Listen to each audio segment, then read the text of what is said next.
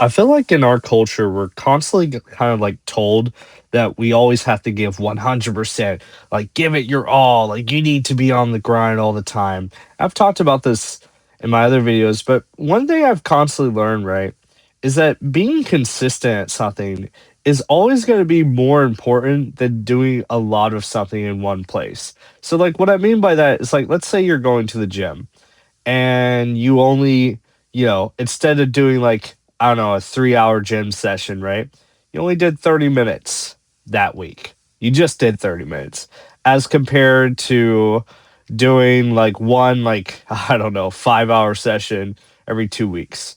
Ultimately, the guy who does 30 minutes every week consistently at the gym as compared to one guy who goes to the gym, once every 2 weeks and gives like a long session or something. The guy who does 30 minutes every week consistently instead of waiting to do it all at once in one long session, but after waiting a month or so, is going to ultimately grow more because doing little of something good is better than not doing it at all. Because I feel like sometimes we want to give our all into something. There's nothing wrong with that, give your all when you can. But at the same time, it's consistency that will create greatness, right? You know, sure, you may work on a house, right? And you may work 8 hours on a house to like build a house, right? But like, then you proceed to not work on the house for a month or two. It's honestly better to work on the house, like an hour, right? But do it like every week as compared to do it working on it 8 hours a day, right? But only doing it after 2 months. Because at the end of the day, consistency is key. Like doing little of something good is always going to be beneficial to our lives. And I find that people say, oh, I don't have time to do this. Then use what little time that you do have.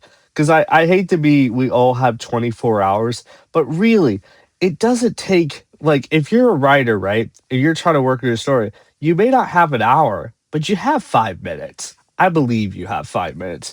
It's important that we give the little time that we have towards something, even if we don't always have time to do it for a long time. And that's why I tell people at gym is like, oh, you didn't go to the gym. You weren't able to go to the gym for like 3 hours. That's fine. Go for 30 minutes. Go for 5 minutes if possible, right? Because consistently do it, you'll still see results. If I write, work on a story 10 minutes a day, right?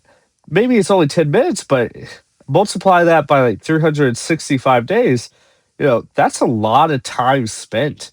And we don't realize how much we contribute to something by just putting in a little bit of time. So I can encourage you this week, if there's something that you don't want to do, or like something that you think you don't have time for, try to find what little time that you have, even if it's like 10 minutes, 15 minutes, and do that thing, right? Unless it's like, I don't know, something that's crazy, but I doubt that it is, and try to make use of it because little motion or slow motion is better than no motion. It's better to read a book for 5 minutes than it is to never read a book ever. Like, that's just always going to be reality. But, anyways, I hope you all have a great day. See ya.